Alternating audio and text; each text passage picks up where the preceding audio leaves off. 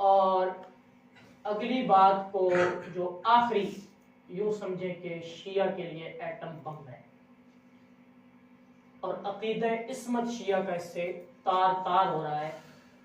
یہ اصول کافی کے اندر بھی روایت ہے، امالی شیخ صدوق کے اندر بھی روایت ہے، احتجاج طبرسی کے اندر بھی۔ یہ احتجاج طبرسی سے میں آپ کے سامنے پیش کرتا ہوں کہ پوری روایت آپ دیکھ لیں۔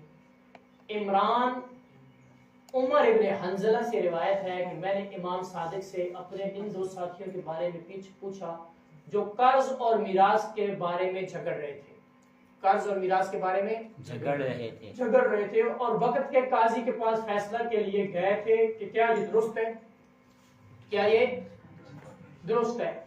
امام علیہ السلام جو بھی اپنے حق یا باطل کا فیصلہ کرانے میں اس کے پاس جائے گا، امام نے فرمایا، یعنی امام نے یہ کہا جو بھی اپنے حق یا باطل کا فیصلہ کرانے کے لیے ان کے پاس جائے گا، سنی قاضیوں کے پاس، کس کے پاس؟ سنی قاضیوں کے پاس، گویا یہ سرکش اور شیطان کے پاس گیا جس سے منع کیا گیا ہے اور اس کے فیصلے سے ملا ہوا مال حرام اور ناجائز ہے، اگرچہ وہ اس کا حق ہی کیوں نہ ہو، کہ اس نے شیطان اور ظالم کے حکم سے پایا ہے اور خدا نے اس کے انکار کا حکم دیا۔ خدا نے فرمایا یریدون ان یتحاکموا الی الطاغوت،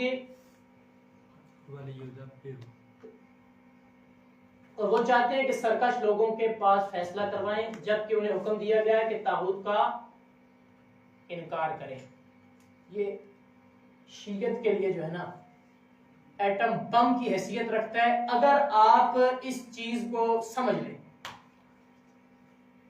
سنی قاضی کے پاس کوئی بھی اپنا فیصلہ لے کے گیا تو اس نے کیا کیا؟ سرکش اور شیطان کے پاس گیا اور اس سے لیا گیا مال کیا ہوگا؟ حرام ہوگا۔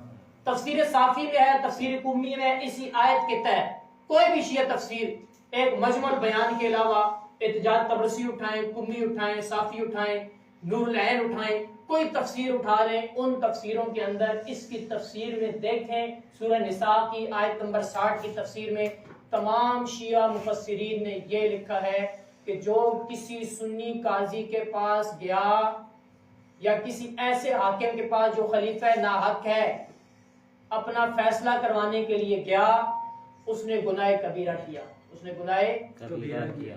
اب ہمارا سوال یہ ہے، حضرت ابو بکر صدیق خلیفہ برحق تھے یا خلیفہ ناحق تھے؟ اگر خلیفہ برحق تھے تو شیعہ کا دعوی خلافت اور خلیفہ بلا فصل کا پورا جو افسانہ ہے وہ سارا کا سارا زمین بوس ہو جاتا ہے، گر جاتا ہے۔ اور اگر خلیفہ ناحق تھے تو حضرت فاطمہ ان کے پاس گئی ہیں نہیں گئی ہیں، اور خلیفہ ناحق کے پاس جانے والا کیا ہے؟ گناہ کبیرہ کا مرتکب ہوا۔ اور گناہ کبیرہ کرنے والا معصوم ہو سکتا ہے؟ نہیں۔ حضرت فاطمہ کی اب اس ایک بات پہ حضرت ابو بکر صدیق کی خلافت بلا فصل اور ان کا استحقاق بھی ثابت ہو رہا ہے، شیعہ کا دعوی فدق بھی جو ہے نا ختم ہو رہا ہے، اور اس کے ساتھ ساتھ شیعہ کا جو دعویٰ ہے کس حوالے سے؟ عصمت کے حوالے سے، کہ امام ہمارے 12 امام، ان کے نزدیک 14 معصومین ہیں، 12 امام، حضرت فاطمہ اور نبی علیہ السلام، یہ جملہ آپ نے سنا ہوگا 14 معصومین، تو 14 معصومین میں حضرت فاطمہ شامل ہیں، تو جو گناہ کبیرہ کرے وہ معصوم ہو سکتا ہے نہیں، اور جو خلیفہ ناحق کے پاس جائے وہ گناہ کبیرہ کرتا ہے۔